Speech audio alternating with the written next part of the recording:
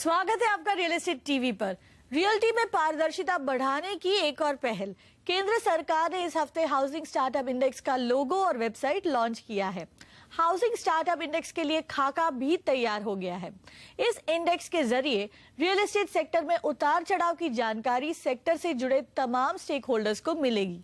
जल्द ही इंडेक्स भी शुरू करने की तैयारी हो रही है। इस मौके पर हाउसिंग मिनिस्टर गिरिजा व्यास से बात की हमारी संवाददाता दीपाली नंदा ने।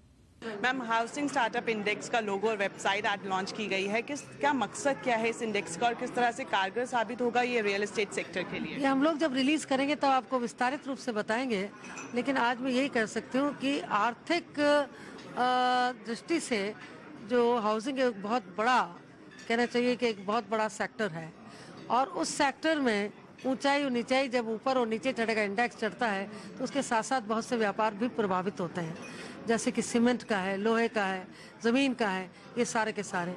तो इस इंडेक्स के द्वारा हम ये दिखाने की कोशिश करेंगे कि इसकी मांग कितनी है, पूर्ति कितनी है, कितने की बनावट हुई। तो सारा इंडेक्स एक तरह से उसका परिचायक होगा, जो उसके डेवलपमेंट को और किस तरह से ले जाए उस बात को दर्शाएगा। और उसी के साथ साथ हम लोग ये चाहते हैं कि जनता तक इसके परामर्श मिले। इसलिए जब हम लोग आज तो लोगों किया है, लेकिन इसका जब पूरा हम लोग इसको समर्पण करेंगे आरबीआई के साथ मिलकर के, क्योंकि वो हमारे पार्टनर है इसमें, तो उस समय रिजर्व बैंक के साथ करेंगे और उस समय आप देखेंगे कि हम इसको विस्तारित बात कर सकें। लेकिन आज मैं इतना ही कह सकती हूँ कि इससे लोगों की राय जानने के बाद हर तीसरे महीने इस इंडेक्स का हम लोग दिग्दर्शन कराएंगे, ताकि लोगों को 3-3 महीने में पता लग सके कि अब कहां पर पहुंचे हैं और कितना इसमें लगाया जा सकता है। अब डालते हैं नजर इस हफ्ते के कुछ बड़े लॉन्चेस पर। टाटा हाउसिंग ने मुंबई में अपने पहले प्रोजेक्ट गेटवे टावर्स का ऐलान कर दिया है। 8.5 एकड़ एरिया में फैला ये प्रोजेक्ट मुंबई के मुलुंड इलाके में बनेगा। कंपनी के मुताबिक इस प्रोजेक्ट को दुनिया की मशहूर आर्किटेक्ट कंपनी कैलिसन एलसीसी डिजाइन करेगी। टाटा हाउसिंग अपने इस लग्जरी प्रोजेक्ट में 6 रेजिडेंशियल टावर बनाएगी, जो 31 से 41 मंजिल तक ऊंचे होंगे। गेटवे टावर्स में 2 BHK 4 BHK फ्लैट के अलावा ड्यूप्लेक्स, ट्रिप्लेक्स अपार्टमेंट भी होंगे। साथ में पेंथ हाउस भी बनाए जाएंगे। रेजिडेंशियल स्पेस के अलावा यहाँ क्लब हाउस, 5 स्विमिंग पूल्स और टॉपियरी गार्डन भी बनाया जाएगा। पुणे के बालेवाड़ी इलाके में नाहर ग्रुप, एफिल डेवलपर्स और फैशन टीवी के साथ मिलकर देश के पहले एफ रेजिडेंसेस लेकर आ रहे हैं। 300 करोड़ रुपए की अनुमानित लागत वाले इस प्रोजेक्ट से डेवलपर कम से कम 1200 करोड़ रुपए की कमाई करने की उम्मीद लगा रहे हैं। 15 लाख स्क्वायर फीट के इलाके में बनने वाले इस प्रोजेक्ट में 1500 अपार्टमेंट्स बनाए जाएंगे, जिसमें से पहले फेज के 500 अपार्टमेंट तो दिसंबर 2016 तक तैयार हो जाएंगे। इन एफ रेजिडेंसेस की कीमत 70 लाख रुपए से शुरू होगी। इस प्रोजेक्ट में robotic parking, hitech security system के अलावा हर एक फ्लैट में शानदार इंटीरियर डिजाइनिंग की जाएगी। 23 मंजिला इमारत में 2 BHK फ्लैट्स और पेंथ हाउस बनाए जाएंगे। कंपनी ने इस प्रोजेक्ट के लिए लारा दत्ता को ब्रांड एम्बेसडर चुना है।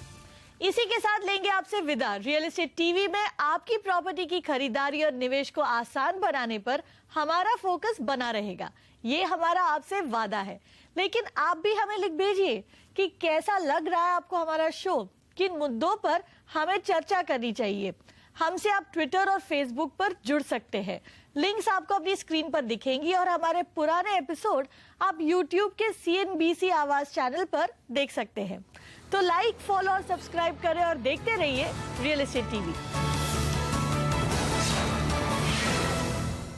स्वागत है आपका रियल एस्टेट टीवी में। ब्रेक से पहले हमने देखा कैसे रियल्टी सेक्टर से दूर भाग रहे बैंक अब सेक्टर को ज्यादा कर्ज देने लगे हैं, तो दूसरी तरफ विदेशी सरकारों के सॉवरेन फंड्स भारत के प्रॉपर्टी मार्केट में निवेश बढ़ा रहे हैं।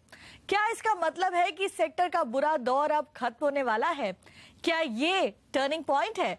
और अब जब निवेश के बिग बॉयज मैदान में उतर रहे हैं, तो छोटे निवेशकों को क्या करना चाहिए? चर्चा करने के लिए हमारे साथ है एक बड़े निवेशक, ASK रियल्टी फंड के CEO सुनील रोहकले और प्रॉपर्टी कंसल्टेंसी BOP.in के MD अमित मावी। स्वागत है आप दोनों का। सुनील, सॉवरेन फंड्स जो है इक्विटी में पैसा लगा रहे थे, अब उनका जो फोकस है रियल्टी के तरफ बढ़ते जा रहा है, इसकी क्या वजह है? मुझे लगता है कि ग्लोबल इन्वेस्टर्स को अभी जो लग रहा है कि रुपी स्टेबल है, इकोनॉमी बॉटम्ड आउट हो चुकी है, capital market started doing better, the flows are better. Real estate वही मायने में आखिरी सेक्टर होता है कि जिसका रिवाइवल आखिरी में आता है। पर मुझे लगता है कि ये जो इन्वेस्टर है, इंस्टीट्यूशनल इन्वेस्टर्स, उन्होंने स्मेल कर चुके हैं कि इंडिया की ग्रोथ स्टोरी नजदीक है। तो रिवाइवल एक तरह शुरू हो गया है, आप कह रहे हैं? मुझे लगता है रिवाइवल शुरू होने की तैयारी में है। जहां इन्फ्लेशन इतना कम हो चुका है, आरबीआई शायद रेट को होल्ड कर पाए या सरप्राइज दे 0.25% रेट कम करके। सो मुझे लगता है interest rate is sentiment booster होता है रियल एस्टेट में। दूसरा, बैंक्स की जो दूसरे सेक्टरों में आज के परिस्थिति में लोन नहीं देना चाहते, they find real estate more attractive. So दो सेल्स कम हो चुकी है, बट मुझे ये लगता है कि ये रिवाइवल की शुरुआत हो सकती है, उसे नजदीक से देखना चाहिए। तो बड़े निवेशकों को ग्रीन शूट्स नजर आ रहा है। अमित, 2013 के अंत में पैसों की किल्लत थी, अब लग रहा है कि हर कोई सेक्टर में उतरना चाहता है। ऑन ग्राउंड क्या हो रहा है? जी बिल्कुल, इंक्वायरीज काफी बढ़ी हैं, स्पेशली इन बिग एसेट्स जो पहले कोई रिक्वायरमेंट नहीं थी। We are ourselves studying 2 projects for middle east के कुछ इन्वेस्टमेंट फंड्स हैं, उनके लिए हम 2 प्रोजेक्ट स्टडी कर रहे हैं। तो यस, रिक्वायरमेंट डेफिनेटली बढ़ी है 2014 में। जी सुनील, ये बताइए कि सॉवरेन फंड्स क्यों आ रहे हैं इस वक्त? क्या मार्केट मैच्योर हो गया है या वैल्यूएशंस अब बहुत अट्रैक्टिव हो गए हैं? तो डेवलपर की मानसिकता फंड्स लेने की हो रही है और बहुत ही स्ट्रांग हो रही है, पहला मुद्दा। दूसरा मुद्दा, मुझे यह लगता है कि पिछले साल में अमेरिका का जो ग्रोथ हुआ, तो उन सॉवरेन फंड्स एंड इंस्टीट्यूशन को अपना होम कंट्री अट्रैक्टिव लग रहा था कि जो उनको 14-15 में डाइवर्सिफिकेशन पॉइंट ऑफ व्यू से India as a emerging market they can not miss, so they have to come to India. And तीसरा, मुझे लगता है कि जो रिवाइवल जो दिख रहा है, एंड जो रिवाइवल के साथ में जो गवर्नमेंट इनिशिएटिव्स है, जिन्हें हम लैंड बिल बोल सकते हैं, जिन्हें हम रियल एस्टेट रेगुलेटरी बिल बोल सकते हैं, और जिन्हें हम जो रीट गाइडलाइंस जो आ रही हैं, ये तीनों चीजें इतनी बड़ी ड्राइवर हो सकती हैं कि जो एफडीआई और जो large investors, global investors will look India constructively 14-15 onwards. Amit, किस तरह के प्रोजेक्ट्स में दिलचस्पी दिखा रहे हैं निवेशक? कविता, मोस्टली कमर्शियल स्पेसेस। एक तो रिटेल मल्टी ब्रांड की पॉलिसी आने से ऐसा माना जा रहा है कि मॉल स्पेसेस जो अभी काफी खाली पड़ी हैं, उसके अंदर काफी ऑक्यूपेंसी आएगी, तो उसके रेट्स बड़े नीचे हैं। डेवलपर बड़ी अच्छी डील दे रहे हैं अगर कोई बल्क में पूरा मॉल उठा रहा है। तो commercial spaces type grade A buildings, इसके अंदर ज्यादा रिक्वायरमेंट आ रही है, और जिसके अंदर पहले से ही टेनेंट हो, कोई एमएनसी हो, तो वो उनकी प्रेफरेंस है।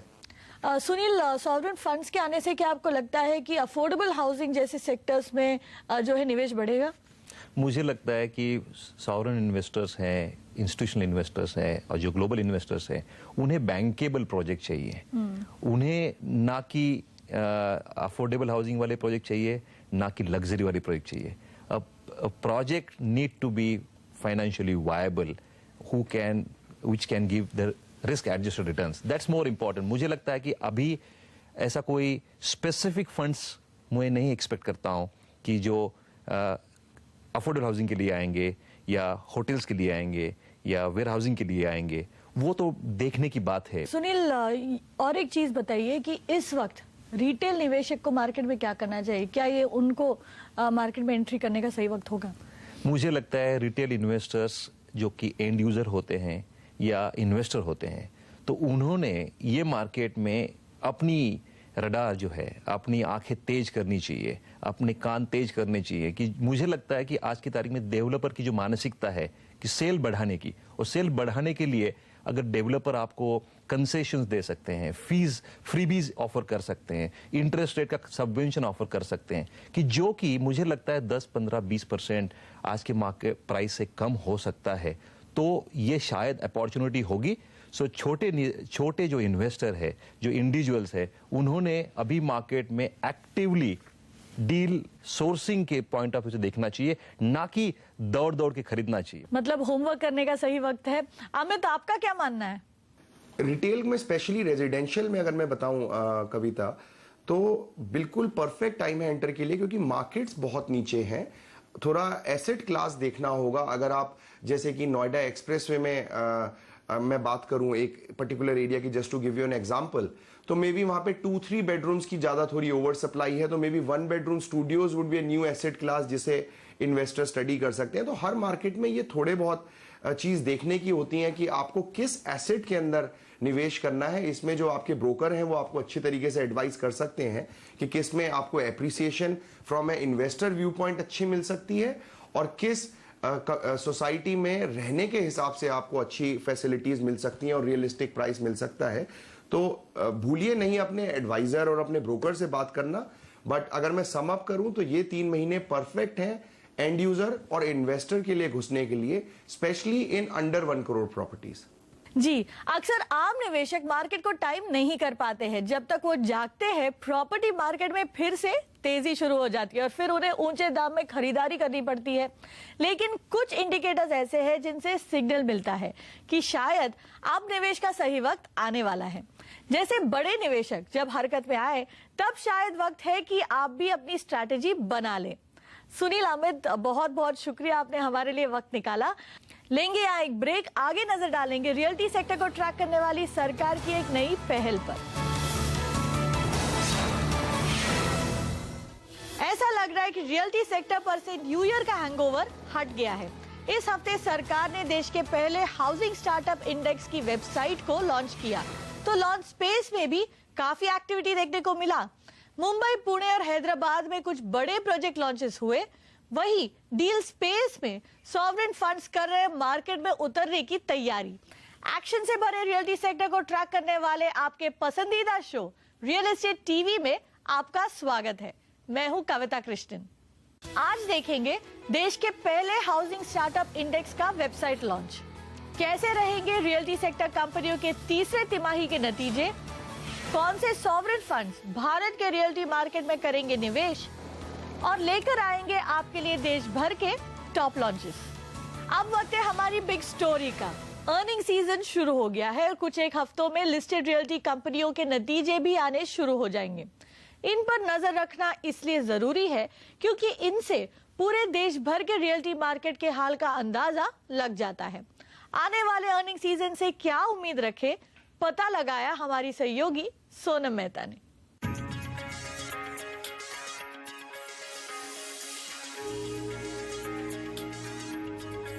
नए साल के पहले हफ्ते में दक्षिण भारत की नामी रियल्टी कंपनी शोभा डेवलपर्स ने अपना ऑपरेशनल अपडेट जारी किया, जो रियल्टी मार्केट के बुरे हालात को साफ दर्शा रहा है।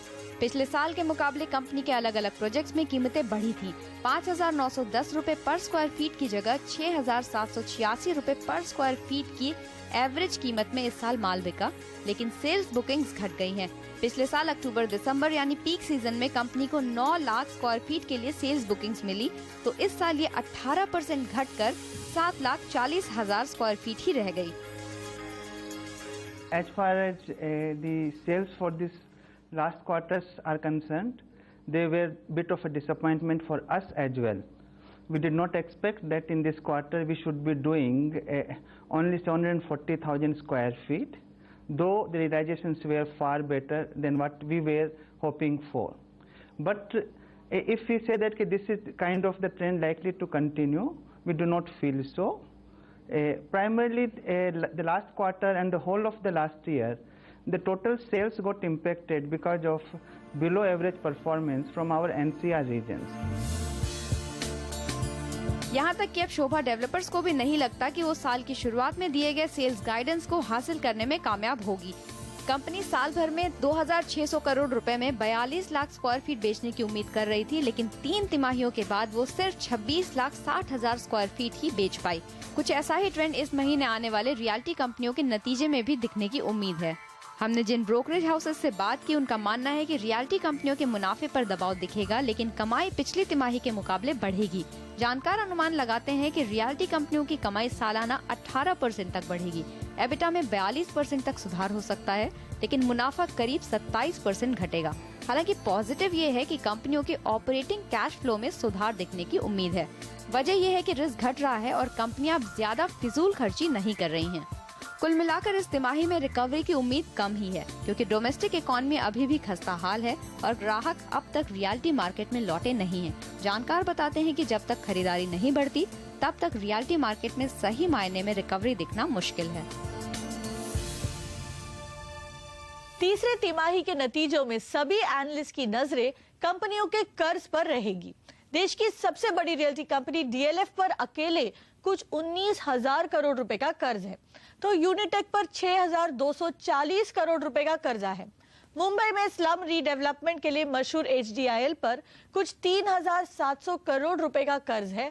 पिछले कुछ तिमाहियों में कंपनियां कर्ज घटाने के लिए कई तरीके अपना रहे हैं, खासकर उन एसेट्स को बेच रहे हैं जो उनके कोर बिजनेस या कोर ज्योग्राफी से जुड़े नहीं हैं। हालांकि लिक्विडिटी क्रंच में फंसे डेवलपर के लिए राहत देने वाली एक बात अब सामने आ रही है, वो कि बैंक फिर से सेक्टर को कर्ज देने लगी है। रिजर्व बैंक के मुताबिक नवंबर से मार्च 2013 के बीच बैंकों के लोन बुक्स में 13.5% कर्ज कमर्शियल रियल एस्टेट को मिला है, तो हाउसिंग को 12% कर्ज मिला है। सिर्फ बैंक ही नहीं, रियल्टी में विदेशी निवेशकों की रुचि भी अब फिर से बढ़ने लगी है और इस बार सेक्टर में पैसा लंबे समय के लिए आ रहा है, क्योंकि इस सेक्टर में अब सॉवरेन फंड्स की दिलचस्पी बढ़ी है। सॉवरेन फंड यानी ऐसा फंड जिसका मालिक किसी भी देश की सरकार होती है। ये दूसरे देशों में स्टॉक, बॉन्ड, रियल एस्टेट जैसे एसेट में पैसा लगाते हैं। ऐसे फंड से आ रहे पैसे लंबे समय के निवेश के लिए आते हैं और इसके साथ उस सरकार की गारंटी भी रहती है।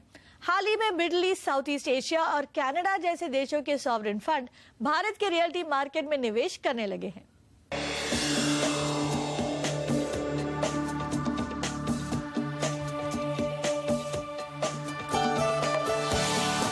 भारत के रियल्टी मार्केट पर अब विदेशी सरकारों की नजर है, क्योंकि उन्हें लगता है कि भारत में निवेश का अब सही वक्त आ गया है और अब यहाँ पैसे लगाने से वो फायदे में रहेंगे। यही वजह है कि कनाडा से लेकर सिंगापुर, अबू धाबी, ओमान और कतर जैसे देशों के सोवरेन फंड्स अब भारत की रियल्टी मार्केट में खास दिलचस्पी ले रहे हैं। 2013 में शुरू हुए इस ट्रेंड में शायद सबसे एक्टिव इन्वेस्टर सिंगापुर का GIC था।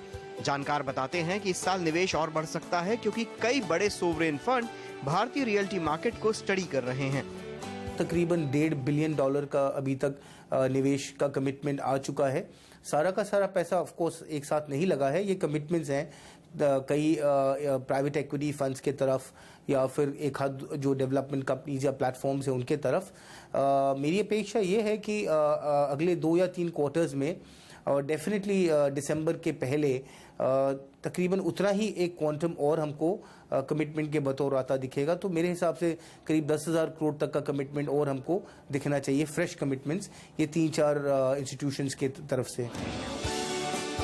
अब तक कनाडा का pension plan investment board, Abu Dhabi का Abu Dhabi investment authority, Qatar investment authority, Oman का स्टेट जनरल रिजर्व फंड और सिंगापुर के GIC और टेमासेक ने भारत में पैसे लगाए हैं। बताया जा रहा है कि इनके अलावा दुबई, कोरिया, जापान के फंड और कुछ अमेरिकी एंडाउमेंट फंड भी मार्केट में आ सकते हैं।